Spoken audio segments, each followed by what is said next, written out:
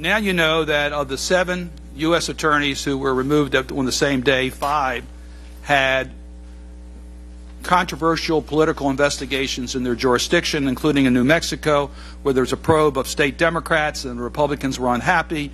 That in Nevada there was a probe of a Republican governor. In Arizona there were probes of 2 Republican congressmen. In Arkansas there was a probe of a Republican governor of Missouri.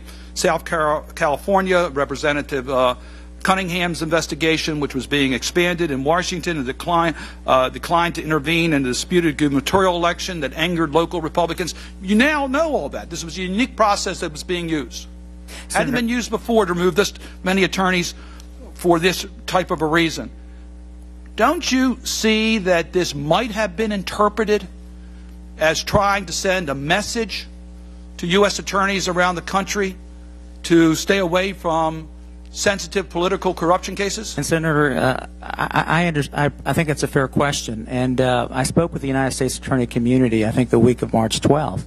And I told them what I expected, and that is that no one should speed up or slow down a prosecution or investigation in any way. Is that we follow the evidence, we make decisions on cases based on the evidence and not based upon the target as a Republican or a Democrat. And if you look at the record of the department, Senator, but it's not really my question. My question is the public perception.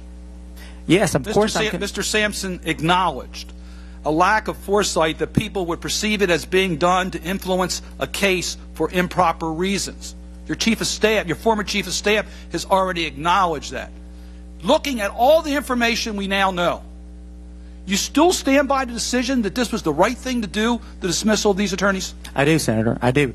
One thing we have to understand, and I've gone back and thought about this a lot, believe me, and looking at the documents, and I had a conversation with the Deputy Attorney General about this, whether or not this was still the right decision. Did he stand behind his recommendation? And based on what I know today, I do stand behind the decision, because I have no information to tell me that in fact the decisions were based upon improper motives. You disagree with Mr. Sampson on the way that he had analyzed what is out there, or do you think perception is okay? No, I don't. I think perception is very, very important. You disagree with the perception that's out there? I don't disagree with the perception. I think perception... You would still do the same thing again? Senator, but I've also admitted mistakes in the way we did this, and that it should have been done a different way. The process should have been more rigorous and more structured. Let me just challenge you on the process for one moment.